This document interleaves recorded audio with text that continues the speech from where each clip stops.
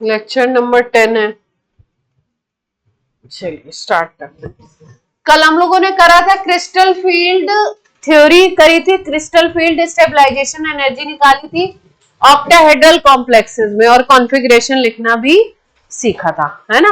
अब उसी तरीके का कुछ टेट्राहेड्रल का भी है, जस्ट थोड़ा सा रिवर्स है, तो वो भी सीख लेते हैं। कॉन्फ़िगरेशन किस तरीके से करेंगे? CFSE इन टेट्राहेड्रल कॉम्प्लेक्स, टेट्राहेड्रल रह गया था ना, ऑक्टाहेड्रल तो कर लिया था, टेट्राहेड्रल कॉम्प्लेक्स। अब आपको मालूम है कि टेट्राहेड्रल ज्योमेट्री तो कुछ इस तरीके से होती है ना। इस तरीके से हम बोलते हैं कि दो बॉन्ड हो गए एक प्लेन में, एक बॉन्ड हो गया आपका फ्रंट में, एक बॉन्ड हो गया आपका बैक साइड में, ऐसा, ठीक। तो अगर टेट्राहेड्रल ज्योमेट्री बननी है तो सेंट्रल मेटल यहां होगा, लिगेंड आएंगे इन साइड से, इधर से आएंगे, ठीक। अब टेट्राहेड्रल ज्योमेट्री में क्योंकि बॉन्ड एंगल 109 डिग्री का होता है, बॉन्ड एंगल कितने का बनेगा? अप्रॉक्स 109 डिग्री का बॉन्ड एंगल होगा। तो 109 डिग्री के बॉन्ड एंगल पे आप मान के चलिए कि इसका मतलब एक दूसरे के 90 डिग्री पे तो नहीं है, कहीं बीच में आएंगे, है ना। तो अगर एक्सिस की बात करो, मान लो कि तुमने ये z एक्सिस ले ली, ये y एक्सिस ले ली, ये x एक्सिस ले ली, है ना, x y z इस तरीके से एक्सिस ली, तो जो टेट्राहेड्रल ज्योमेट्री बनती है उसमें जो लिगेंड होते हैं वो इनके कहीं बीच से आते हैं, लिगेंड जो होंगे इनके कहीं, लिगेंड का जो अटैक होगा कहीं बीच में होगा, इस तरीके से लिगेंड का अटैक कहां पे होगा? बीच में होगा। और आपको पता था, हम लोगों ने बात करी थी कि dx² minus Y square and dz², ये तो एक्सिस पे होते हैं, इनके लोब्स कहां पे होते हैं? Lobes on axis. और दूसरा वाला जो सेट था dxy, dyz और dzx, ये जो सेट था d ऑर्बिटल्स का, सेंट्रल मेटल का, इसके लोब्स जो थे वो कहां थे? इन बिटवीन एक्सिसेस, एक्सिस के बीच में है इनके लोब्स, है ना। तो अगर बीच बीच में है और लिगेंड में कहां से आ रहा है? एक्सिस के बीच में से आ रहा है, टेट्राहेड्रल ज्योमेट्री होने की वजह से। तो सबसे ज्यादा रिपल्शन जो मिलेगा आपकी बार इन तीनों सेट को मिल जाएगा, ज्यादा रिपल्शन आपकी बार इसको मिलेगा और कम रिपल्शन इसको मिलेगा। तो जिसको रिपल्शन ज्यादा उसकी एनर्जी एवरेज से बढ़ेगी, और जिसको रिपल्शन कम उसकी एनर्जी एवरेज से कम होगी, है ना। तो टेट्राहेड्रल ज्योमेट्री में ये जो आपका सेट है वो क्या हो जाता है? हाई एनर्जी वाला दूसरा बनेगा, लो एनर्जी वाला कम बनेगा, दूसरा बनेगा। तो इसको रिपल्शन ज्यादा मिलेगा,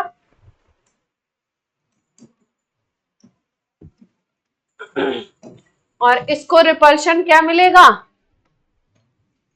कब मिलेगा? ये पॉइंट नोट कर लीजिए, तो अगली स्लाइड पे फिर लिखें, डेल्टा टी लिखें।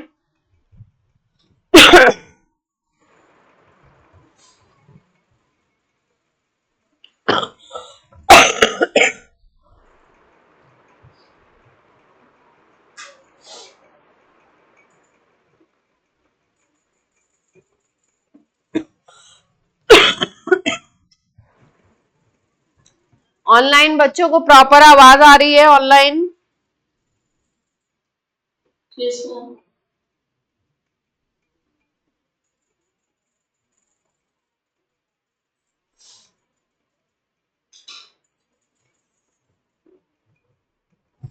तो यहाँ पे जो सेट बनेगा, नोट हो गए दोनों पॉइंट। यहाँ पे डेल्टा टी के कैलकुलेशन में उल्टा हो जाएगा सीधे, वहां पे जो T2G नीचे आता था, EG ऊपर जा रहा था, वहां यहाँ पे T2 जो हो जाएगा वो ऊपर जाएगा, यहाँ पे G नहीं लगाते हैं, G एलिमिनेट करते हैं, है ना। जी जो होता है वो बेसिकली सिमेट्री वगैरह को दिखाता है, जीरेड वर्ड है और उसकी अपनी अलग मतलब वो डिटेल टॉपिक है। तो बस यहाँ पे उसको ज्यादा ना बताते हुए हम इतना बता रहे हैं कि टेट्राहेड्रल में जी नहीं लगाएंगे। जैसे यहाँ T2G लगा रहे थे, EG लगा रहे थे, यहाँ पे केवल T2 लिखेंगे और E लिखेंगे।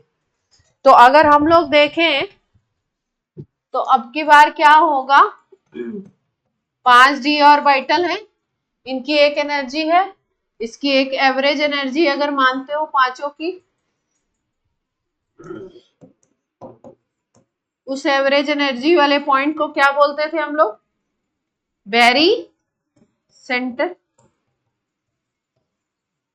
ठीक, कुछ की एनर्जी इससे बढ़ेगी और कुछ की एनर्जी इससे क्या होगी, कम होगी। अब की बार बढ़ किसकी रही है, वहां पे EG की बढ़ रही थी ना, अब की बार ये वाले की बढ़ेगी T2 की, जिसमें 3 ऑर्बिटल है। तो जिसकी बढ़ती है वो है T2, G तो लगाते नहीं है। कौन कौन से हैं, DXY, DYZ एंड DZX। और जिनकी कम होगी एवरेज से उसका नाम क्या है, E। कौन कौन से हैं, DX² minus Y² and DZ²। ये पॉइंट सबको क्लियर है। श्रेया नहीं आई आज क्लास में है।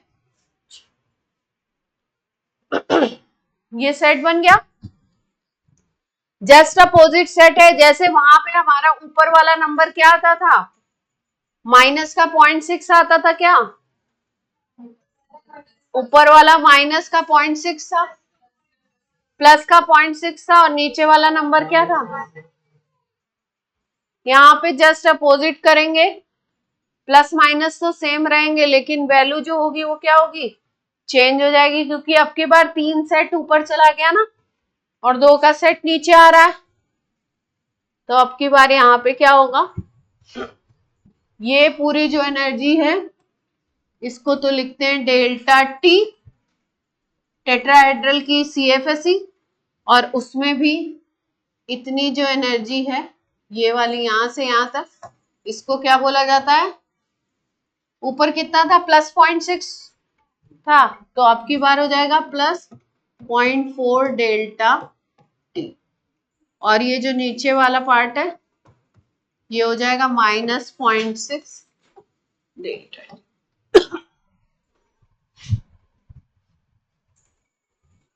ऑर्बिटल के हिसाब से हो रहा है।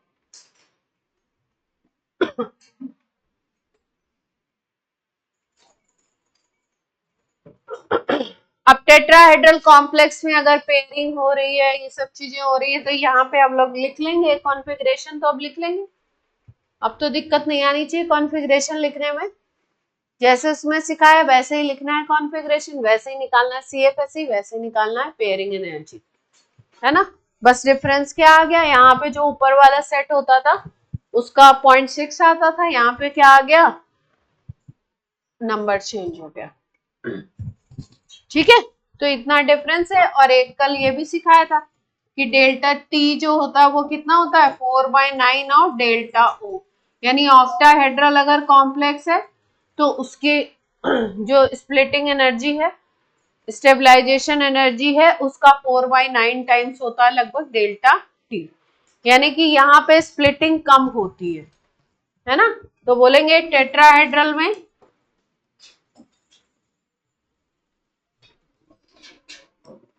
Comparatively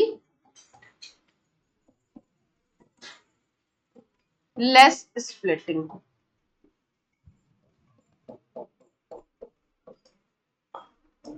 less CFSE, less splitting and less CFSE।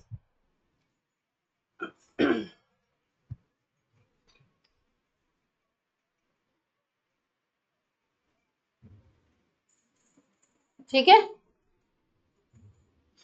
कल भी हमने पढ़ा था और कोई क्वेश्चंस वगैरह नहीं किए थे इस पे, आज इस पे कुछ क्वेश्चंस करेंगे, कैसे क्वेश्चंस आए हुए हैं, क्या चीजें हैं।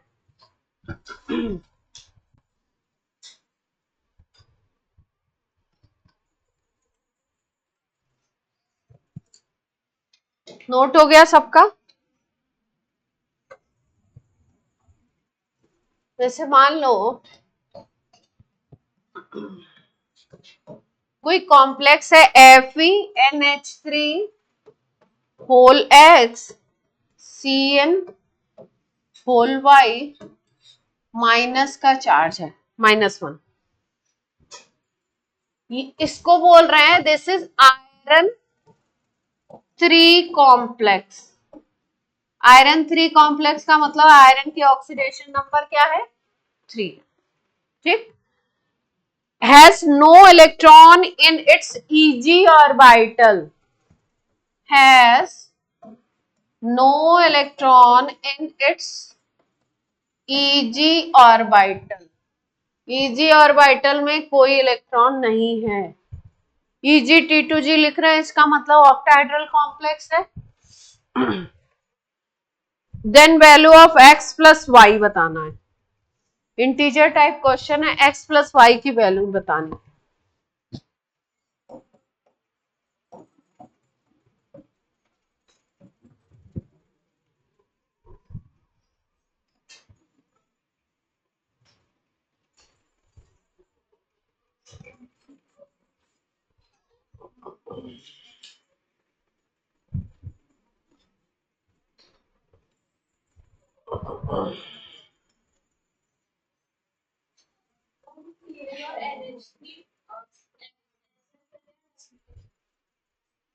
दोनों स्ट्रॉन्ग है।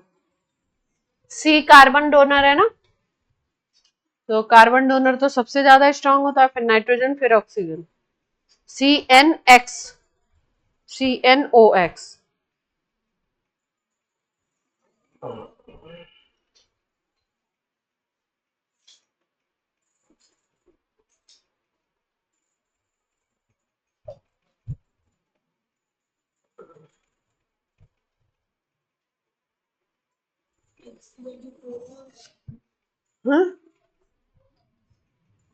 X की 4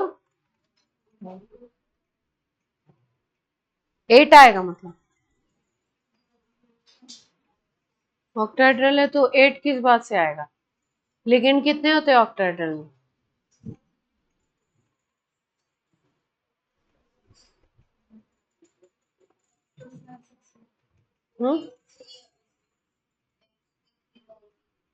X भी 3 Y भी 3। कैसे निकाला आपने, ऑक्सीडेशन नंबर से सेट किया।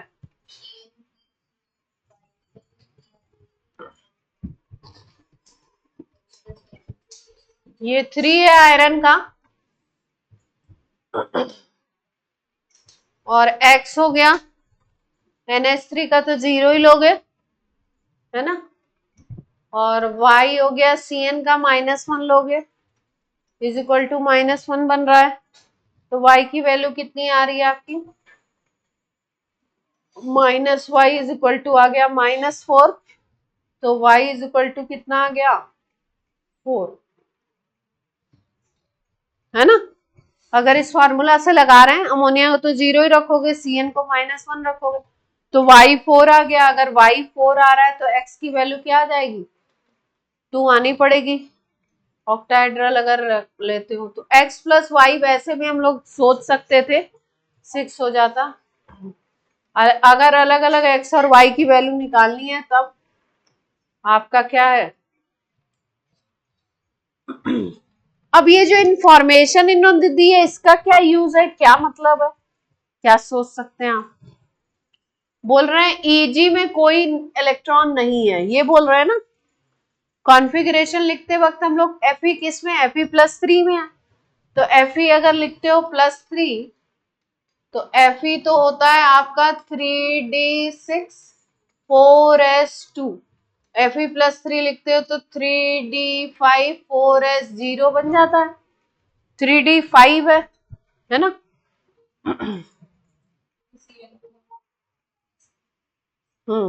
Eg में कोई इलेक्ट्रॉन नहीं है, यानी सारे इलेक्ट्रॉन किस में जा रहे हैं T2G में ही जा रहे हैं, सारे इलेक्ट्रॉन T2G में जा रहे हैं। इसका मतलब ये भी ऑब्वियस सी बात है पेयरिंग हो रही है, और वो दिख भी रहा है कि स्ट्रॉन्ग है ना। पहले नीचे वाले में ही भर रहे हैं। अगर ऑक्टाहेड्रल कंसीडर करते हो तो T2G सेट नीचे बनता था, Eg ऊपर बनता था। अब क्योंकि स्ट्रॉन्ग फील्ड लिगेंड है तो इलेक्ट्रॉन तो इसी में जाएंगे 5 के 5,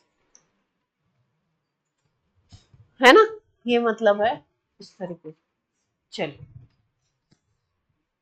पर इतना ये नहीं समझ आया कि इसको देने की जरूरत क्या थी, या कंफ्यूज करना चाह रहे थे, क्या करना चाह रहे, समझ आ गया है ना। x प्लस वाई की वैल्यू निकालनी थी। नोट कर लिया जो नोट कर रहे हो।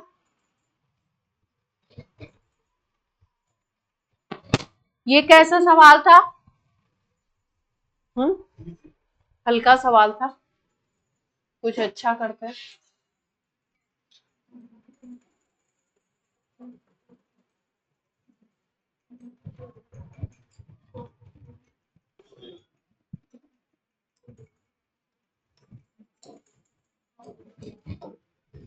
इसमें ये बोर्ड वाले पीवाई की वाली बुक में निकालो, क्रिस्टल फील्ड के इसमें सवाल हैं कुछ।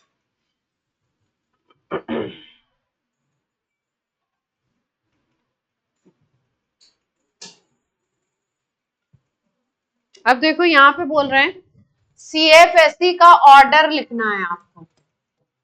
CFSE का क्या गेस करना है आपको? CONH3 होल 4 +3 है, +2 है, फिर है CONH3 होल 6 +2, then COEN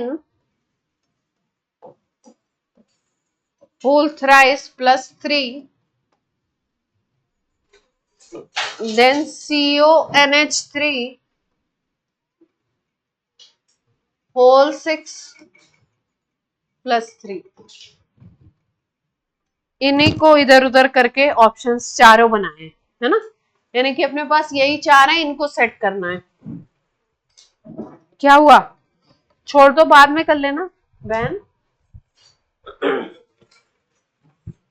क्या आपको ऑर्डर सेट करना है किसका? क्रिस्टल फील्ड स्टेबलाइजेशन एनर्जी का। कल आपको बताया था CFSE डिपेंड करता है सेंट्रल मेटल के चार्ज के ऊपर, जहां पे चार्ज ज्यादा होगा वहां पे सेंट्रल मेटल उसका CFSE ज्यादा होगा। तो सब में कोबाल्ट है, लेकिन यहाँ पे देखिए +2 चार्ज होगा, यहाँ पे कितना आएगा +2, और उधर +3 आ जाएगा, क्योंकि इथाइलिन डायमीन भी जो होता है वो कैसा होता है आपका न्यूट्रल होता है, और NH3 भी न्यूट्रल है, तो +3 चार्ज आएगा। तो इसका मतलब समझ आ रहा है कि जहां पे +3 चार्ज है वो ज्यादा होने चाहिए, तो +3 चार्ज वाले इन्होंने ज्यादा दे रखे। और क्या डिफरेंस है, 3 केस तो ऐसे हैं, यहाँ पे देखो टेट्राहेड्रल बना रहे हैं, कैसा बना रहे हैं, 4 ही लिगेंड है, कोऑर्डिनेशन नंबर 4 है, यहाँ पे कोऑर्डिनेशन नंबर 6 है, यहाँ पे कोऑर्डिनेशन नंबर कितनी है, कोऑर्डिनेशन नंबर कितनी है, बाइडेंटेट लिगेंड है, 3 है तो 6 हो गई। यहाँ पे भी कोऑर्डिनेशन नंबर कितनी है, 6। तो ऑब्वियस सी बात है इसका तो सबसे कम होगा, टेट्राहेड्रल है ना, 4 है तो इसका कम होगा।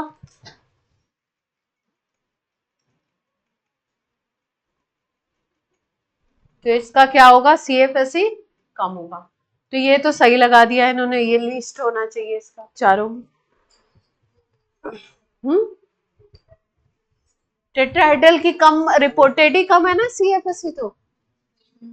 हाँ, अभी तो बताया था ऑक्टाहेड्रल के कंपैरिजन में 4/9 अप्रॉक्स आएगा।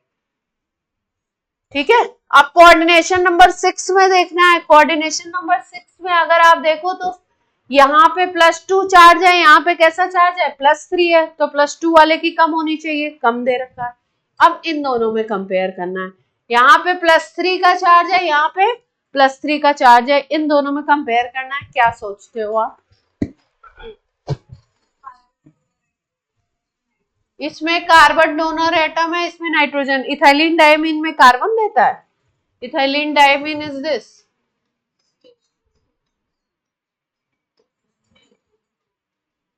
नाइट्रोजन ही देता है।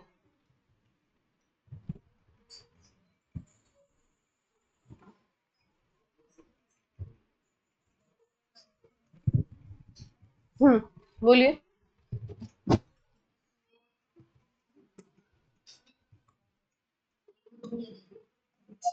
चिलेशन होगा, चिलेशन हो सकता है, ऐसा कह रहे हैं।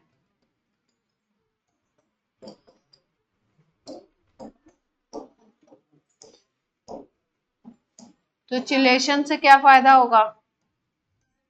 सीरीज मैंने नहीं बताई थी ना आपको, स्पेक्ट्रोकेमिकल सीरीज, जिससे पता चले कौन सा स्ट्रॉन्ग है कौन सा।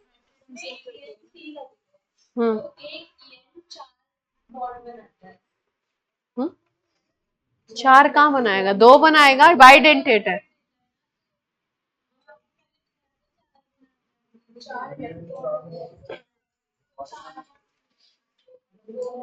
बॉन्ड तो दो ही बनाएगा, चार क्यों बनाएगा? चिलेशन से स्टेबल हो जाता है कॉम्प्लेक्स, तो CFSE ज्यादा लगेगी, ऐसा कहना चाह रहे हैं। कम होगी, ओके। स्टेबिलिटी ज्यादा तो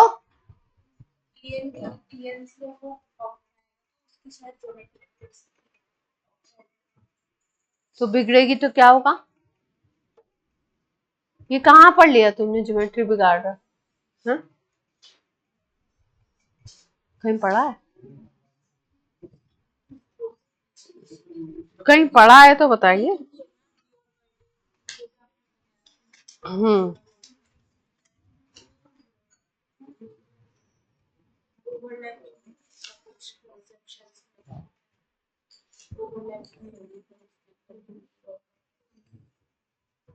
पहले वो लिख लो तुम लोग, उससे भी तो सवाल निकलते हैं।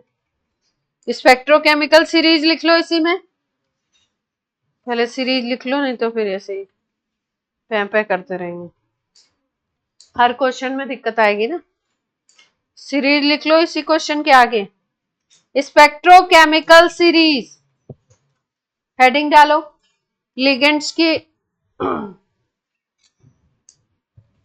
उसकी बेसिस पे स्पेक्ट्रोकेमिकल सीरीज बताई गई है, उस सीरीज से आपको पता चलता है कौन सा लिगेंड क्या है, स्ट्रॉन्ग है और कौन सा वीक है ना। इसमें मिलती ही नहीं है इसका सीरीज का। अच्छा, पिछली बार तो मैंने वो भी बताया था, लास्ट टाइम मैंने याद करने का तरीका भी बताया हुआ है, लास्ट वाले से ही देखना पड़ेगा शॉर्ट फॉर्म। अभी तो चलो लिख लो, स्पेक्ट्रोकेमिकल सीरीज लिखो, I माइनस, इंक्रीजिंग का साइन लगाएंगे है ना, I minus BR minus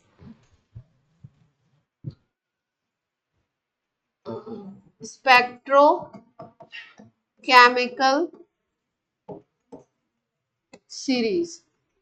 spectrochemical series ligand के स्ट्रॉन्ग होने का बताएगा, तो सबसे कम I माइनस, फिर BR माइनस, S माइनस 2, इस तरीके से लिखते जाइए, आगे मैं बोल रही हूँ। I minus, BR minus, S minus 2, SCN minus, SCN thiocyanate पढ़ा था ना, SCN minus, then Cl minus, F minus, NO3 minus, OH minus, urea, ETOH, C2O4 minus 2 oxalate जिसको बोलते थे, OX भी बोलते हैं इसको शॉर्ट में, OX लिखा हो तो ऑक्सिलेट का मतलब है O minus 2, then H2O, then NCS minus, then EDTA, then ammonia. इसके बाद आता है pyridine, ethylene diamine EN, then dipyridyl, ऐसे लिखा होगा DIPY, डाइपिरिडाइल, DIPY शॉर्ट में लिखा रहता है। Phenyl NO2 minus CN minus CO।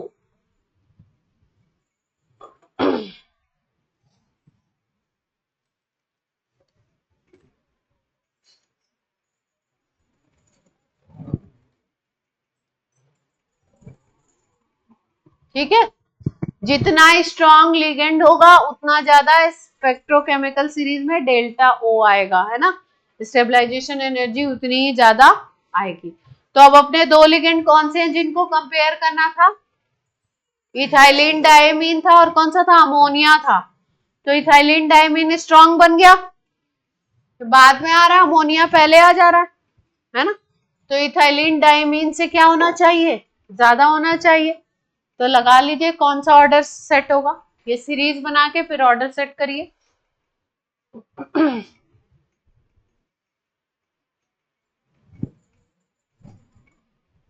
Series बना के उसका ऑर्डर सेट कर लीजिए।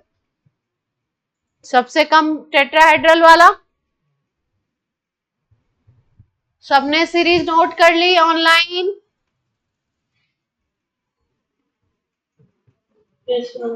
इसका एक वो भी है शॉर्ट कुछ सॉन्ग है, वो भी बता दूंगी, तो उससे याद कर लेंगे, क्योंकि ऐसे बहुत, पर अपने ज्यादा सारे काम नहीं आते हैं, कोई कोई ऐसे काम आता है। तो जैसे हेलोजन सारे काम आएंगे, ये ऑक्सिलेट आएगा, वाटर आता है खूब, EN आएगा, अमोनिया आएगा। चलिए अब इसको सेट कर दीजिए। इसको तो सबसे कम पे रखना था, फिर उसके बाद किसको रखना था? अपना NH3+2 वाले को रखना था ऑक्टाहेड्रल में, फिर उसके बाद इथाइलिन डायमीन को सबसे लास्ट में करना है। तो इसका ऑर्डर इधर हो जाएगा, इसका इधर हो जाएगा, यही आंसर आ जाएगा, है ना। करेक्ट ऑर्डर यही होगा, तो नोट कर लीजिए, करेक्ट ऑर्डर नोट कर लीजिए इसका। हाँ हाँ, तो जहां पे स्ट्रॉन्ग फील्ड लिगेंड होगा वहां पे CFSE ज्यादा होगा। CFSE का ऑर्डर लिखना है, वो स्प्लिटिंग ज्यादा कराएगा, है। हाँ, ये इनकी स्ट्रेंथ का ऑर्डर है। आंसर लिख लिया आपने? क्या आंसर आया? मैं ऊपर ही लिख देती हूँ आंसर। CONH3 होल 4+2, ये सबसे कम, फिर CONH3 होल 6+2 वाला, और फिर CONH3 होल 6+3, और फिर उसके बाद लास्ट में COEN होल थ्राइस +3, है ना। सबसे ज्यादा इथाइलिन डायमीन, हाँ ठीक है, ये आंसर हो गया। कर लेंगे अब ऐसे सवाल CFSE के, पक्का?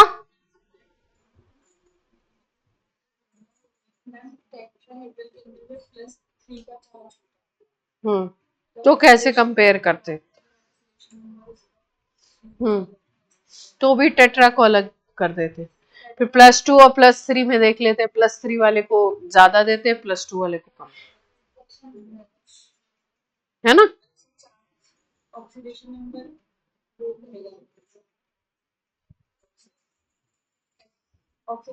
को प्रायोरिटी देंगे।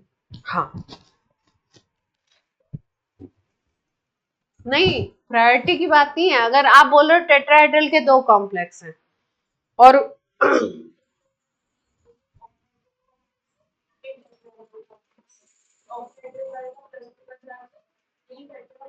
तो टेट्राहेड्रल ज्योमेट्री को प्रायोरिटी देंगे, टेट्राहेड्रल का कम हो।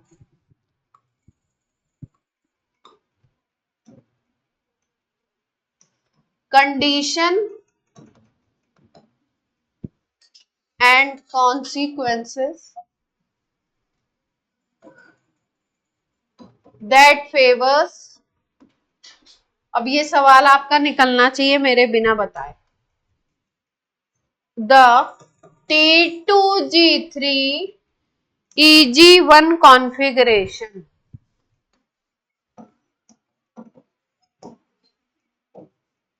इन मेटल कॉम्प्लेक्स,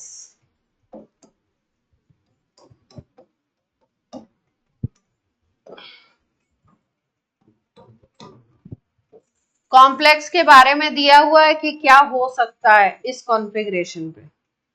पहला लिखा है वीक फील्ड लिगेंड लो स्पिन कॉम्प्लेक्स, दूसरा है weak field ligand high spin complex, strong field ligand high spin complex, strong field ligand लो स्पिन कॉम्प्लेक्स।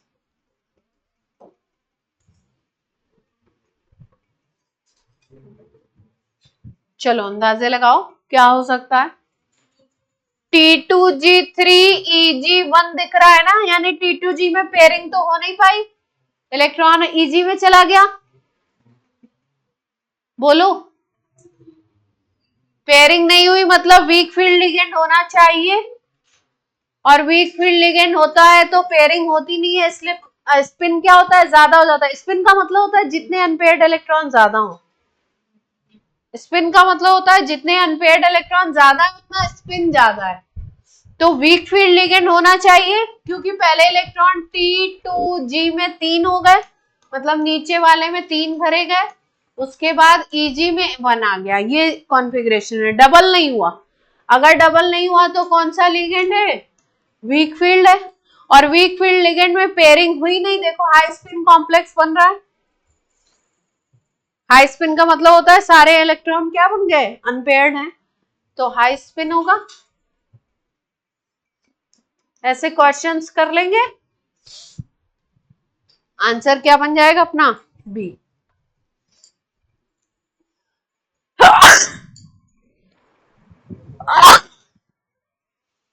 आपने इसमें क्वेश्चन नहीं, इसमें निकाले आपने CFSE के सवाल, ये था ये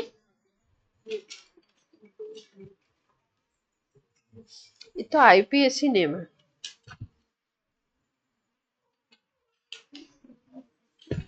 इसमें कहाँ है,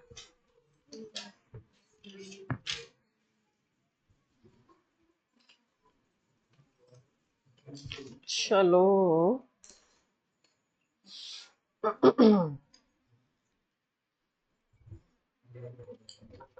ऑरेंज क्या दिक्कत है, शांति से नहीं बैठा जा रहा आपसे। देखो NCERT की लिस्ट इसमें दे रखी है, NCERT की लिस्ट भी एक बार लिख लो।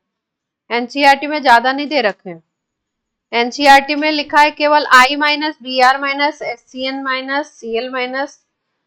अब NCERT में S-2 को पीछे कर दिया, ये क्यों झोल करते हैं लोग, उल्टा सीधा क्यों करते हैं।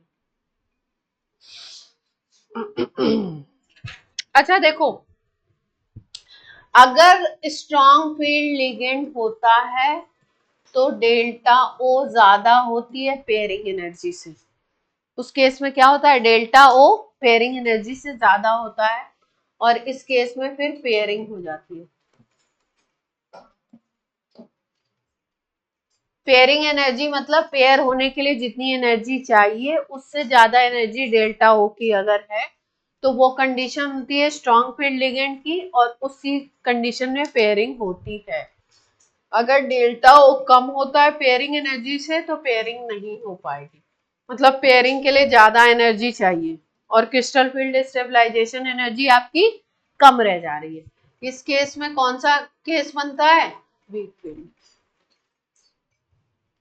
कभी कभी क्वेश्चन में strong field ligand weak field ligand ना लिख के ऐसा क्वेश्चन लिख देंगे कि आपका डेल्टा O बड़ा है P से, है ना। तो अब आपको समझना है कि ये किसकी बात कर रहे हैं, स्ट्रॉन्ग फील्ड लिगेंड की बात कर रहे हैं।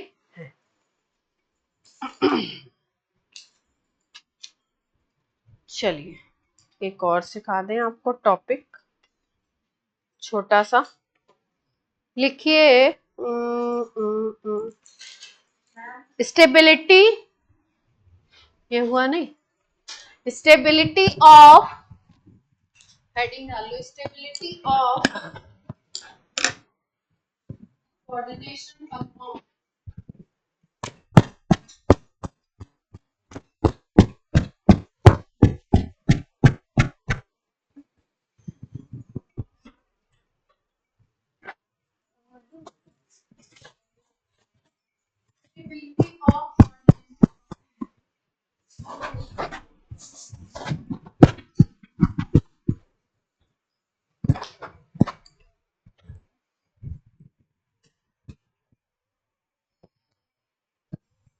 इसके लिए हम लोग निकालेंगे स्टेबिलिटी कांस्टेंट।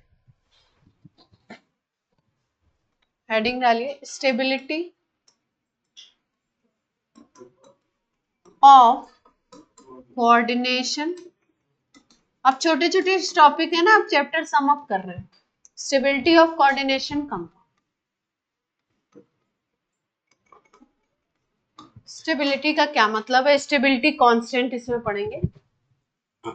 क्या पढ़ने जा रहे हैं हम लोग? Stability constant.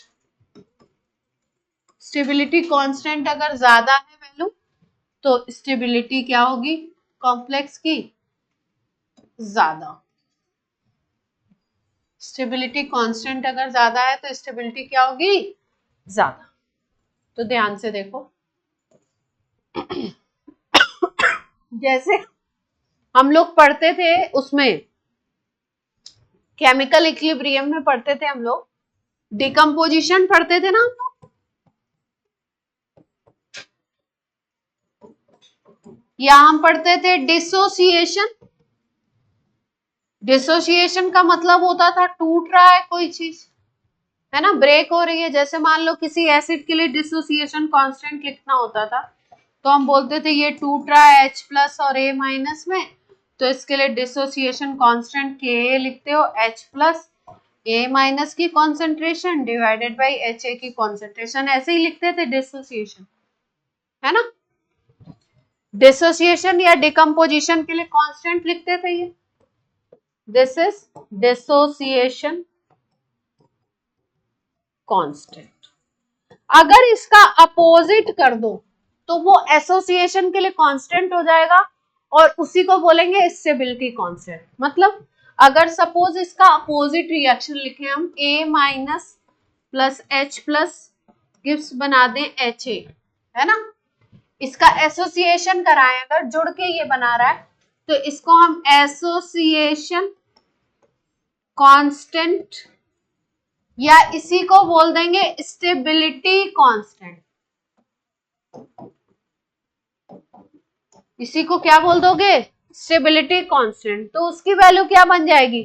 अगर स्टेबिलिटी कांस्टेंट को Ks नाम दे दें हम सपोज, तो उसकी वैल्यू ये आ जाएगी, इसकी अपोजिट जस्ट। यहां तक कोई दिक्कत है तो बोलो, जस्ट अपोजिट आ जाएगी। इसका मतलब ये वैल्यू क्या आएगी? Ka की अपोजिट आएगी। केवल यही एग्जांपल लिया हमने। अरेंज जी क्या बात है, टॉपिक समझ नहीं आ रहा है या ज्यादा समझ आ रहा है? हंस क्यों नहीं? तो इसका मतलब डिसोसिएशन का अगर एक्सप्रेशन लिखा है उसके हिसाब से कांस्टेंट लिखते हैं तो डिसोसिएशन कांस्टेंट हो जाता है। अगर किसी के एसोसिएट होके कोई कंपाउंड बन रहा है तो उसके लिए कांस्टेंट लिखोगे तो एसोसिएशन कांस्टेंट, या उसको क्या बोलोगे? Stability constant. क्लियर है? अब कॉम्प्लेक्स में इसी चीज को अप्लाई करेंगे।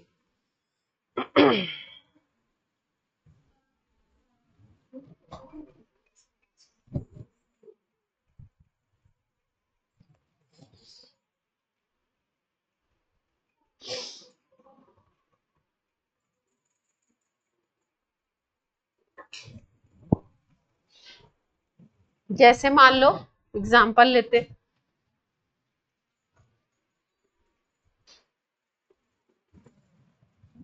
नोट हो गया तो एग्जांपल ले लें कॉम्प्लेक्स का।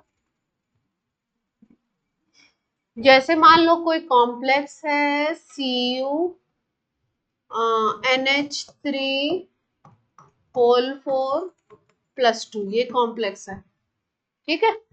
मान लो ये इसको टूटता हुआ दिखा रहे हो आप, Cu प्लस 2 और ये 4NH3 में टूट जा रहा है, सपोज ऐसे टूट रहा है। तो इसके लिए जो लिखोगे वो डिसोसिएशन कांस्टेंट लिखोगे, वो कैसे आएगा, Cu+2 की कॉन्सेंट्रेशन NH3 का होल 4 और यहाँ पे आ जाएगा CuNH3। ये तो इक्विलिब्रियम में सीखा हुआ हमने ये सब चीजें।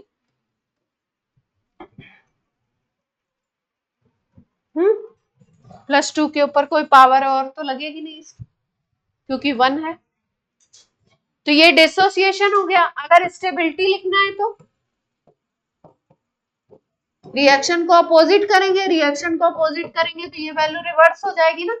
स्टेबिलिटी के लिए रिएक्शन क्या बन जाएगा अपना, ये वाला Cu+2 + 4NH3 gives CuNH3 whole 4 + 2, ये बन जाएगा। तो अपोजिट बन जाएगा, CuNH3 होल 4 इधर आ गया।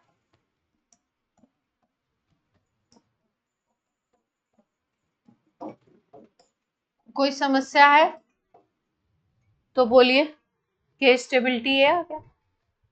डिसोसिएशन का क्या आ रहा है, अपोजिट आ रहा है।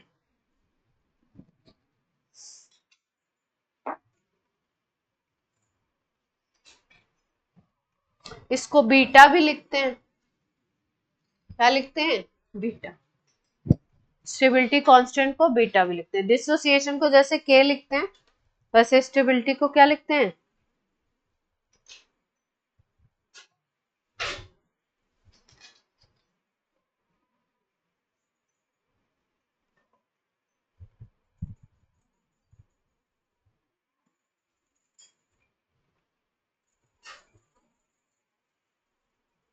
हो गया। अब देखो ध्यान से, जैसे मान लो कि कोई क्वेश्चन है अपने पास,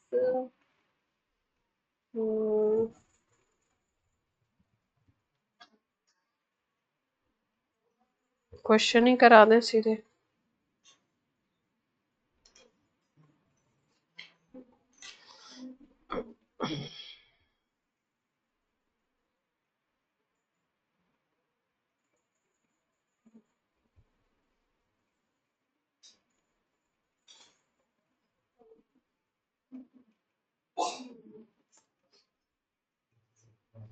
पेपर इतने हो गए, एक साल में इतने सवाल आ जाते हैं।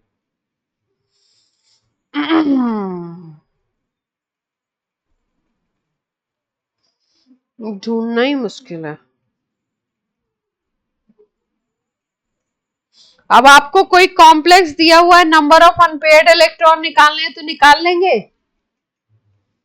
हाइब्रिडाइजेशन वगैरह करके अनपेयर्ड इलेक्ट्रॉन निकाल लेंगे, बोलिए।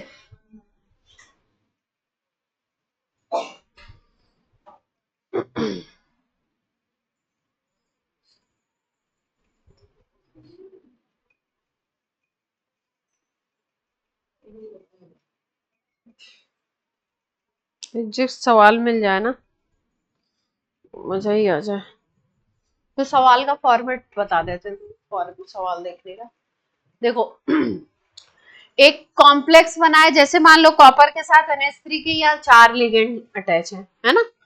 अब कॉपर जब टूट रहा है तो दिखा रहे हैं Cu+2 और 4NH3, है ना। अगर इस पूरे प्रोसेस को 4 बार में दिखाएं, 4 स्टेप में दिखाएं, डिसोसिएशन 4 बार में दिखाएं, मतलब एक बार आपका CuNH3 होल 4 कन्वर्ट हो रहा है CuNH3 होल थ्राइस में, एक अमोनिया अलग हो रहा है। फिर उसके बाद CuNH3 होल थ्राइस कन्वर्ट हो रहा है CuNH3 होल टॉइस में, अगला अमोनिया अलग हुआ।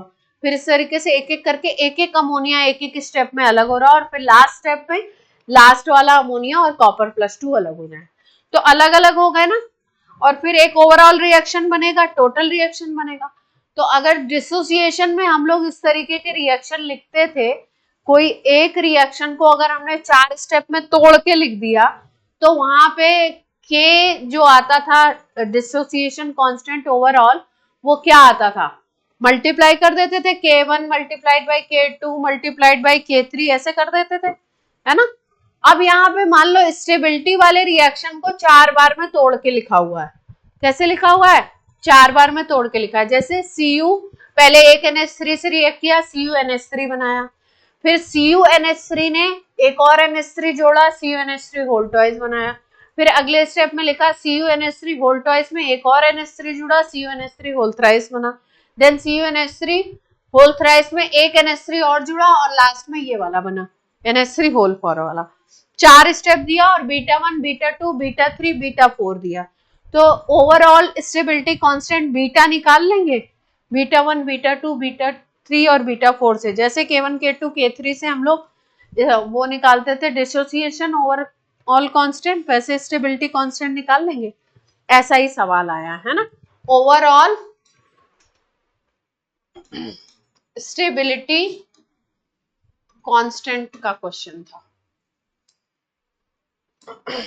तो डिसोसिएशन कांस्टेंट अगर निकाल लेंगे तो उसका अपोजिट कर देंगे तो स्टेबिलिटी कांस्टेंट निकल आए, है ना। कोई समस्या है?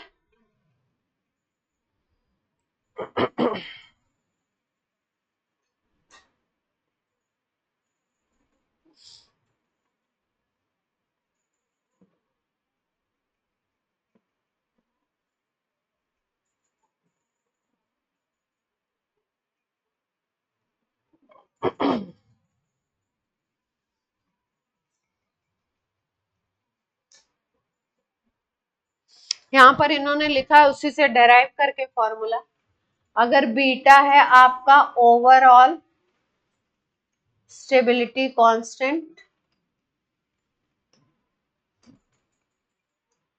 और एक एक स्टेप के अगर stability constant K1, K2, K3 है,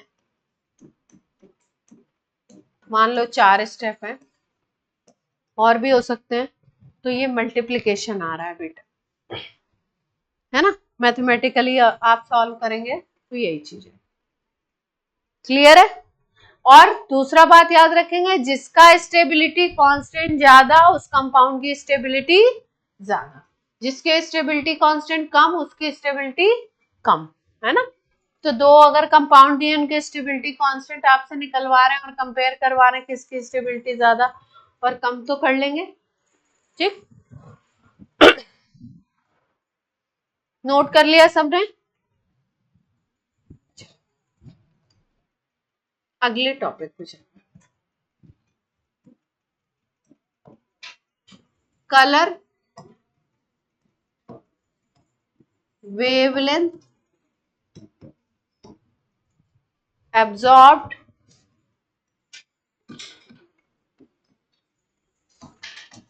तो 3 टॉपिक हैं इसमें छोटू छोटू से। DD transition, DD transition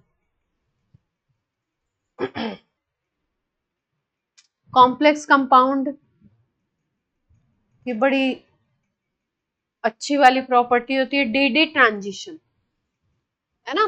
colour जो कॉम्प्लेक्स का आता है, कोई अगर कॉम्प्लेक्स कंपाउंड है वो आपको कलर्ड दिख रहा है तो उसका बेसिक रीजन होता है डीडी ट्रांजिशन। क्या है डीडी ट्रांजिशन, समझते हैं आराम से, देखो ध्यान से देखो।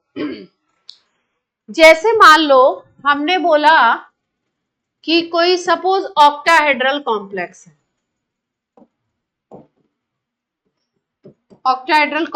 है ना, तो उसमें अगर स्प्लिटिंग हो रही है तो T2G ऑर्बिटल होंगे और कौन से ऑर्बिटल होंगे, Vg ऑर्बिटल होंगे, ठीक। इनकी लोअर एनर्जी है, कम एनर्जी है, और इनकी क्या है आपकी हाइयर एनर्जी है। क्लियर है बात इतनी? अब मान लो कि किसी कॉम्प्लेक्स में यहां पे लोअर एनर्जी पे इलेक्ट्रॉन है, इलेक्ट्रॉन कहां पे है, लोअर एनर्जी, ठीक। और इस कॉम्प्लेक्स ने, ये कॉम्प्लेक्स पड़ा हुआ है, इसने कोई लाइट एब्जॉर्ब करी, लाइट क्या की इसने, कोई एब्जॉर्ब। अगर ये कॉम्प्लेक्स कोई लाइट एब्जॉर्ब करेगा और लाइट एब्जॉर्ब करने के बाद ये कलर्ड दिखाई देगा, जब इस पे लाइट पड़ती है तो लाइट एब्जॉर्ब होती है और ये कैसा दिखाई देता है, कलर्ड दिखता है। तो कलर आता क्यों है ये समझते हैं। जैसे मान लो जब ये लाइट एब्जॉर्ब करेगा ना, तो जो लोअर एनर्जी के T2G सेट है ना, उससे इलेक्ट्रॉन जाएंगे Eg में। किसमें जाएंगे? T2G से इलेक्ट्रॉन Eg में। डी ऑर्बिटल है सारे के सारे पांचों डी ऑर्बिटल में हम लोग देख रहे हैं कि एक सेट ऐसा है जिसकी कम एनर्जी है, एक सेट ऐसा है जिसकी ज्यादा एनर्जी है। जब लाइट का एब्जॉर्प्शन करता है तो उस टाइम पे लोअर एनर्जी वाले डी ऑर्बिटल से इलेक्ट्रॉन कहाँ चला जाता है? हायर में। यानी कि लोअर से इलेक्ट्रॉन कहाँ जाएगा? हायर में जाएगा।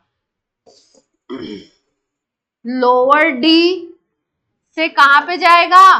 हायर डी में जाएगा। लोअर डी से हायर डी में जाता है, और लोअर डी से अगर हायर डी में जाएगा तो इसको बोलते हैं D D transition. D orbital से ही डी ऑर्बिटल में इलेक्ट्रॉन जा रहा है, इसलिए नाम क्या दिया गया है? D D transition. अब ऊपर चला गया इलेक्ट्रॉन तो वहीं पे एक्साइटेड स्टेट में तो रहेगा नहीं, फिर वापस आएगा तो वेवलेंथ निकालेगा तो उसका क्या दिखाई देगा? आपको कलर दिखाई देगा, है ना। तो जो बेसिक कलर आता है किसमें? कोऑर्डिनेशन कॉम्प्लेक्स में। उसका बेसिक रीजन क्या है? D D transition. Lower D orbital, lower energy के डी ऑर्बिटल से इलेक्ट्रॉन कहाँ जाता है? हायर एनर्जी के डी ऑर्बिटल में। क्यों जाता है? बाहर से लाइट एब्जॉर्ब करता है तब। क्लियर है बात? तो बात समझ आ गई तो साइड में हल्की सी एक लाइन की थ्योरी लिखवा देती हूँ। इतना ही लिख लीजिए पहले।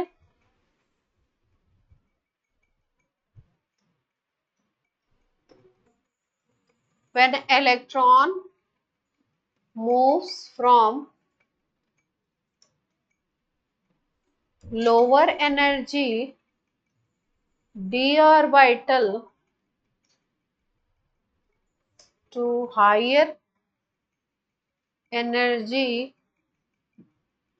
d orbital,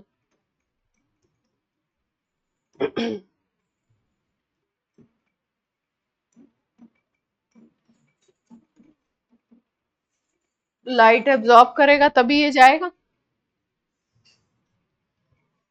इसको फिनोमेनन को क्या कहते हैं? D D transition. और इसी की कलर इसी वजह से आता है। पूछा जाता है कोऑर्डिनेशन कंपाउंड में कलर का बेसिक रीजन क्या है? D D transition. बड़ा इंपॉर्टेंट फिनोमेनन है। डी ब्लॉक एफ ब्लॉक में भी पढ़ो।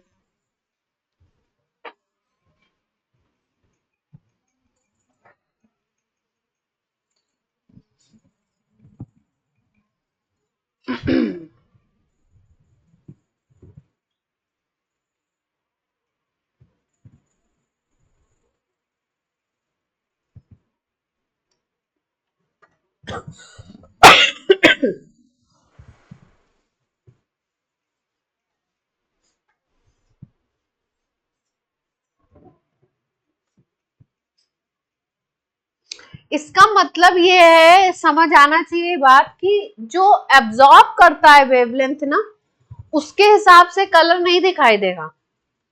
जो बाद में एमिट करेगा उसके हिसाब से कलर आएगा ना। जो वेवलेंथ एमिट करेगा, उसने एब्जॉर्ब कर लिया लाइट की, है ना, लाइट उस पर पड़ी, उसने एब्जॉर्ब किया, फिर डी डी ट्रांजिशन हुआ, फिर वहां से वो अपर हायर एनर्जी में पहुंच गया, फिर हायर से फिर जब लोअर में आएगा तो जो एमिट करेगा उसके हिसाब से उसका कलर दिखाई देगा। ये पॉइंट नोट कर लीजिए तो आगे बात समझा दें आगे वाली।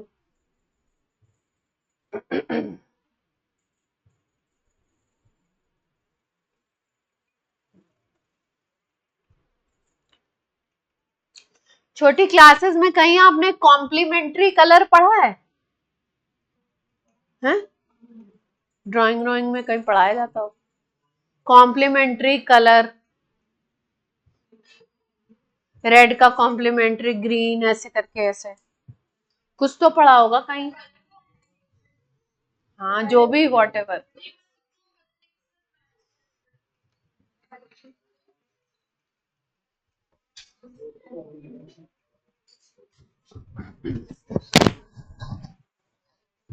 आगे लिख लो। It means color appear due to emitted wavelength। कौन सी वेवलेंथ एमिट कर रहा है उसके हिसाब से कलर दिखाई देगा ना, नॉट एब्जॉर्ब्ड। एब्जॉर्ब जो कर रहा है वेवलेंथ उसके हिसाब से कलर नहीं दिखाई देगा, किसके हिसाब से दिखाई देगा, एमिटेड के हिसाब से।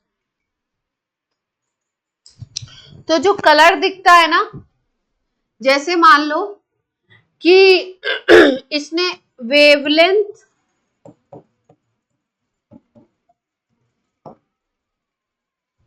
रेड कलर की के अकॉर्डिंग एब्जॉर्ब करी सपोज,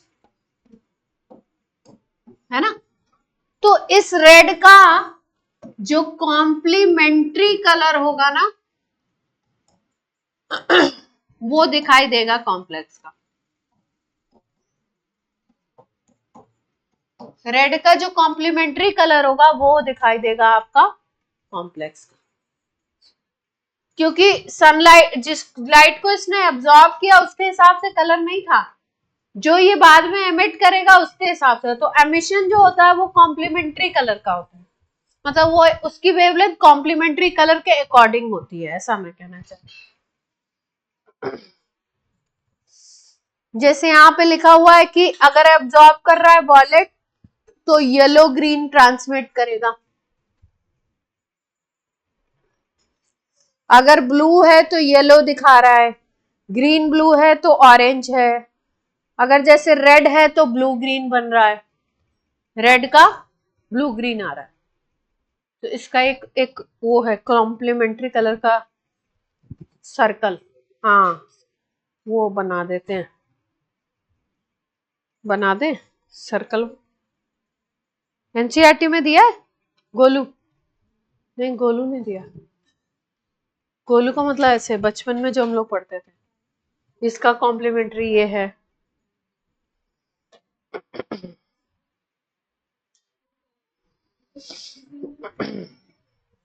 जैसे जो अभी तक जे मेंस में कॉम्प्लीमेंट्री सारे टॉपिक जो है ना इसमें एनसीईआरटी में सबको टच कर चुके हैं, इसको भी टच नहीं किया ना, तो दे सकते हैं। एब्जॉर्ब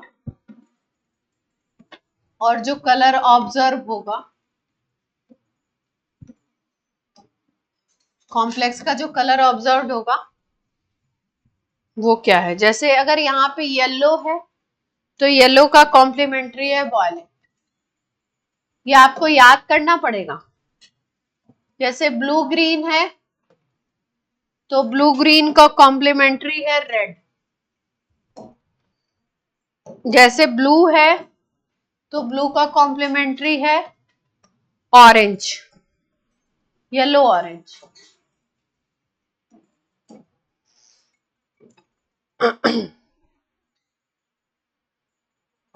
रेड है तो रेड का कॉम्प्लीमेंट्री दिखाई देगा ब्लू।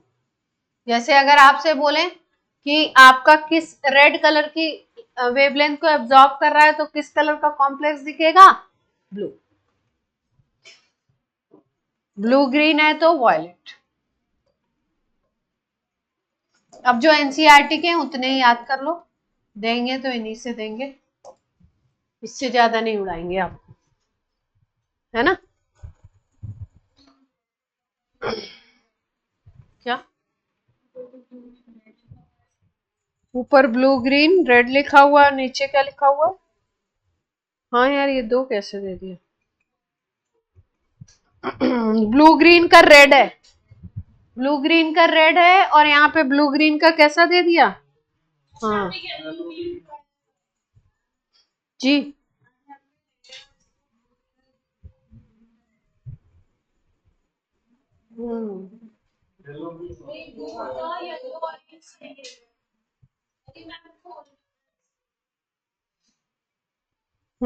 ये सही चीज निकाली है इन्होंने। इसमें ब्लू ग्रीन का क्या दिखाई दे रहा है? ब्लू ग्रीन का रेड ही दिख रहा है, देखो ब्लू ग्रीन के अपोजिट में, जैसे ये ब्लू है ना और इधर ग्रीन है, तो ब्लू ग्रीन काइंड ऑफ ये हो गया, ब्लू ग्रीन के अपोजिट में जो दिखेगा वो कॉम्प्लीमेंट्री।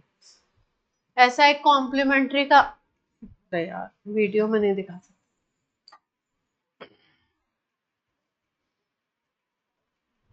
और इन्होंने खोला भी, क्या लिखा हुआ, पिंटरेस्ट पे खोल दिया इन्होंने, पकड़ो। ठीक है, ये है। इसको सही इसका वो लिखवा दूंगी मैं, एक चार्ट है मेरे पास मेरे नोट्स में, उससे सामने सामने जो, और ज्यादातर वो दिए हुए हैं उसमें जो पूछे गए, आलतू फालतू बातें नहीं है। ठीक है, क्या टाइम हो रहा है?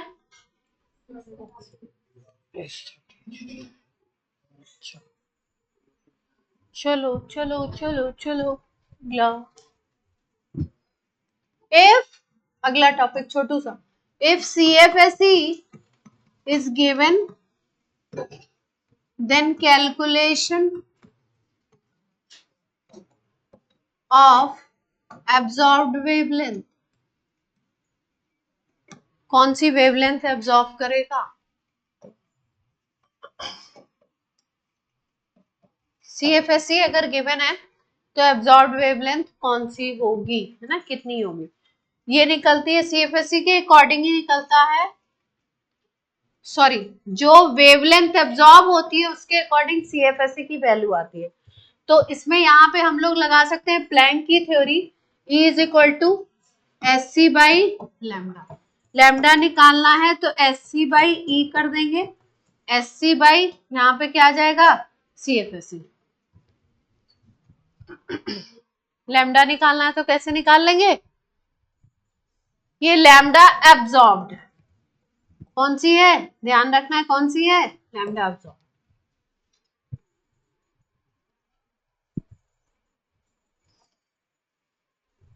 कर लेंगे ऐसे क्वेश्चन, ऐसे सवाल भी आए हुए हैं मेंस में।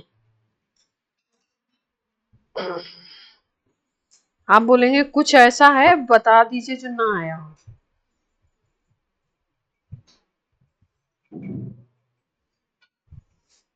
जो आया है वही बता रहे हैं आपको।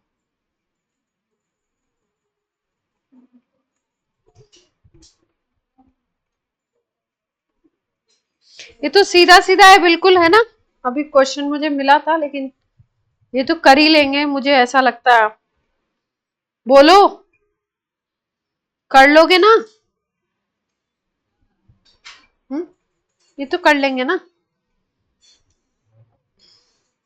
किसी क्वेश्चन में अगर लिख देता है ना कि इग्नोर करिए पेयरिंग एनर्जी को, मतलब पेयरिंग हो भी रही हो तो पी का टर्म नहीं लेना है, इग्नोर करने का मतलब पी नहीं लेना है उसके कैलकुलेशन में।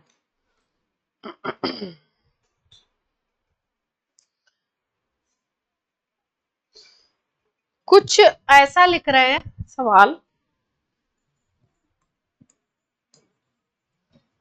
CFSE delta O will be equal to 0, CFSE क्या हो, 0 हो जाए, किस कौन सा ऐसा केस है,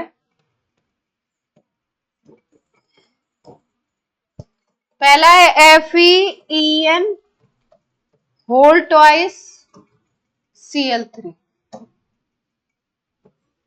फिर है आपका K4FeCN होल 6। इसमें थोड़ा अपने दिमाग की बत्ती जलाइए कि ये क्या कहना चाह रहा है, CFSE को 0 कर रहा है, Br2।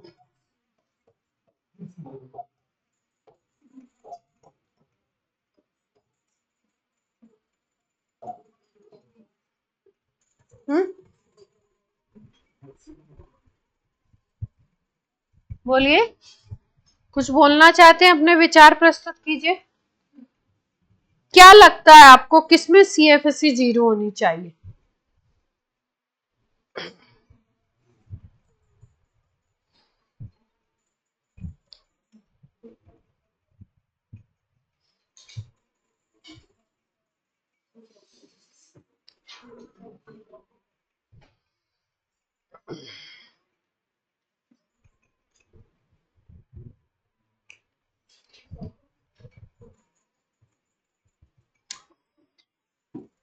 ऑक्टाहेड्रल कॉम्प्लेक्स है ना,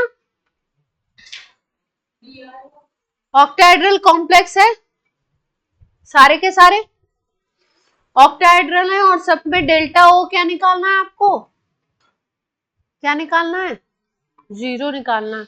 तो सबके लिए अलग अलग कैलकुलेट करनी पड़ेगी, जैसे आपको कैलकुलेशन सिखाया था ना, अलग अलग कैलकुलेट करके देखना है कि 0 किसकी आ रही है। ये वाला जो लिगेंड मैंने बताया SCN माइनस, ये कहां पे आ रहा था, SCN माइनस कहां पे आ रहा था, देखो लास्ट में जो है, ये स्ट्रॉन्ग में था कि वीक में था, वीक में है, लास्ट में आ रहा है। चलो निकालो जरा, देखें निकाल पाते हो, लास्ट वाले की निकाल के दिखाओ, पहले इसकी निकाल के दिखाओ, CFSE निकाल के इसकी दिखाओ, पहले कैसे निकालना सिखाया है। पहले मेटल का कॉन्फ़िगरेशन लिखो, मेटल किस स्टेट में होगी, ऑक्सीडेशन नंबर निकालें 3x, और ये हो गया आपका कितना, -6 बन जाएगा, तो ये क्या बन जाएगा +3। तो Fe का होता कितना है 3d6 4s2, Fe +3 ले लिया तो क्या बन जाएगा 3d5 4s0, 3d5 है। अब SCN को हमने कौन सा लिगेंड बोला, SCN वीक में आ रहा था, शुरू में आ रहा था, बिल्कुल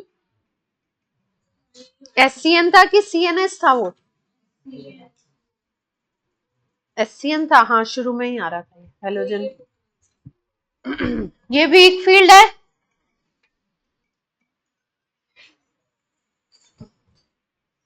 वीक फील्ड है तो पेयरिंग तो होगी नहीं,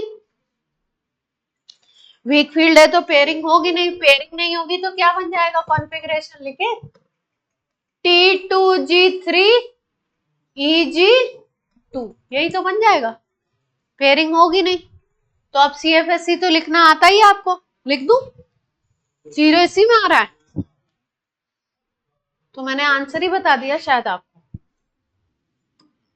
CFSE कैसे कैलकुलेट करें, क्या था फॉर्मूला, प्लस का 0.6 था, +0.6 delta O multiplied by 3 minus 0.4 delta O multiplied by 2, तो ये कितना आ गया 1.8 डेल्टा O, और ये क्या आ जाएगा 0.8 आएगा ना, 0 कैसे आ रहा है, किसका 0 आया था,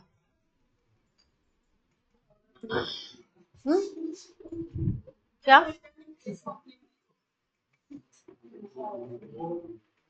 शॉर्ट मानने की जरूरत नहीं है, सवाल करिए,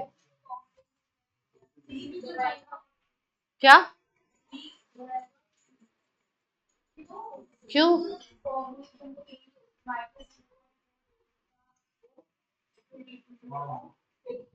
अच्छा T2G वाले वो उधर है इलेक्ट्रॉन, हाँ तो इधर 3 आ गया अगर इधर है तो, और ये 2 आ जाएगा, तो ये क्या आएगा 1.2, और यहाँ क्या बनेगा 1.2, प्लस में 1.2 और माइनस में 1.2 क्या बन जाएगा 0। तो मैंने शायद आपको आंसर ही बता दी, पर निकलेगा कैसे, कैलकुलेट करेंगे तभी निकाल पाएंगे, बाकी में वैल्यू आएगी कुछ। इथाइलिन डायमीन स्ट्रॉन्ग है, CN भी स्ट्रॉन्ग है, NH3 भी स्ट्रॉन्ग है, तो इसमें पेयरिंग वगैरह होगी, ठीक है, कर लेंगे ऐसे क्वेश्चन, 25 का ही सवाल है।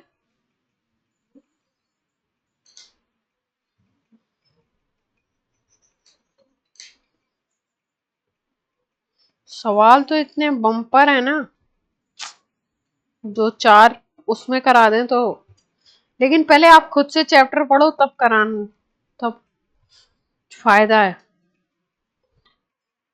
हम कराने को तो हम 10 कराते हैं तो कोई मतलब नहीं है ना, है ना, 20-25 सवाल करा दें आपको, इन आपके आए भेजे में समझ में आए तब तो। आ रहा है समझ में आपके? पक्का? चलो अब ये आंसर कौन निकालेगा? सारांश निकालेंगे, जो बहुत देर से पेन इधर उधर शांति से रख के बैठे हुए हैं। मुझे नहीं पता है कि सवाल कर भी रहे हैं या नहीं। मैच करना है कॉन्फ़िगरेशन, मैचिंग टाइप क्वेश्चन है, जल्दी से कॉन्फ़िगरेशन मैच करेंगे फटाफट से। FeH2O होल 6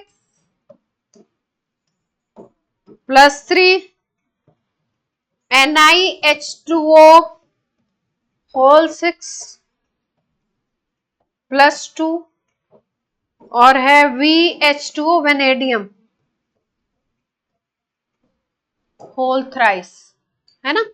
क्रोमियम का atomic number 24 3d5 4s1, iron का 26 3d6 4s2, निकल का 28 3d8 4s2, वेनेडियम का क्या होता है 23 3d3 4s2 4s2। Oxidation number निकालिए फटाफट, कॉन्फ़िगरेशन लिखिए, मैच कराइए। T2G2 Eg0, T2G3 Eg0, T2G3 Eg2, T2G6 Eg2। ये करा दिया है आपको, कॉन्फ़िगरेशन लिखना कल ही सिखाया। वो फटाफट से मुझे ये आंसर करके बताएं। नहीं आएगा तो बहुत ही गलत बात है।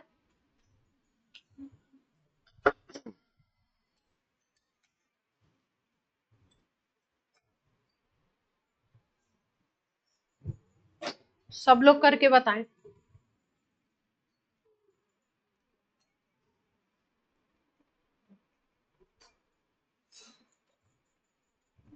सब लोग कोशिश करें।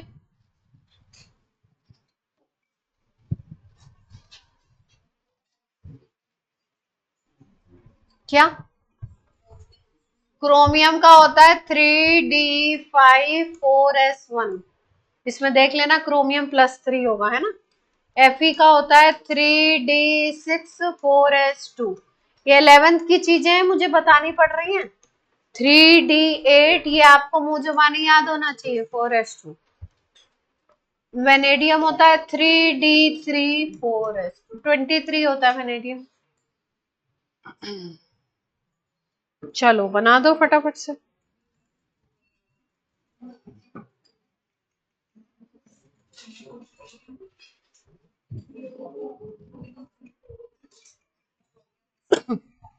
आगे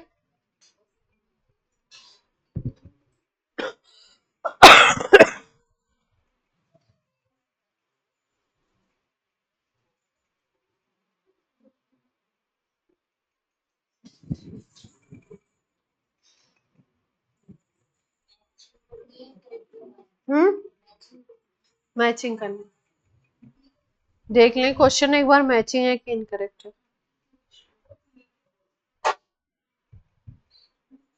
मैच करना है।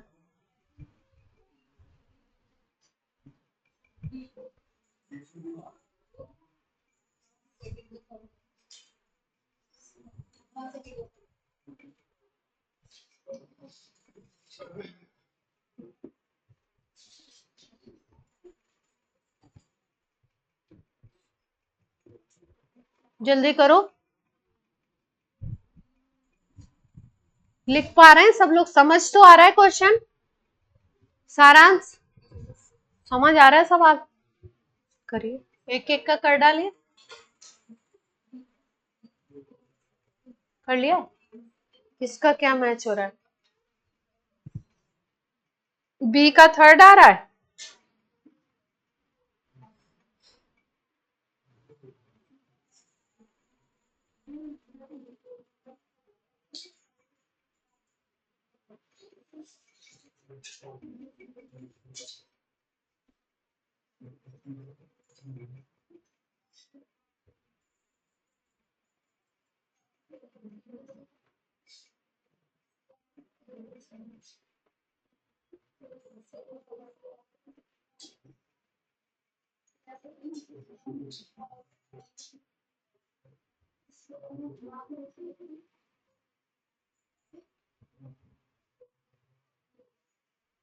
हो गया?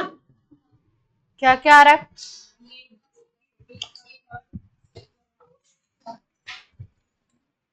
ए का, बी का, सी का और डी का। वेनेडियम में कितने आ रहे थे? 3d2 आ जाएगा ना, वेनेडियम +3 है तो 2 ही इलेक्ट्रॉन आने चाहिए, है ना। बड़ा इजी सा, इसमें कुछ करना भी नहीं पड़ा, इलेक्ट्रॉन काउंट करके आपने कर लिया, है ना। वेनेडियम +3 बनाना था तो 3d2 आता, 3d2 आता तो 2 इलेक्ट्रॉन आपके किस में दिख रहे थे? पहले ही ऑप्शन में दिख रहे, तो कॉन्फ़िगरेशन करना नहीं पड़ा, इलेक्ट्रॉन देख के ही आपने क्या किया? गेस कर लिया। ठीक है, आज की क्लास करते हैं यहीं पे।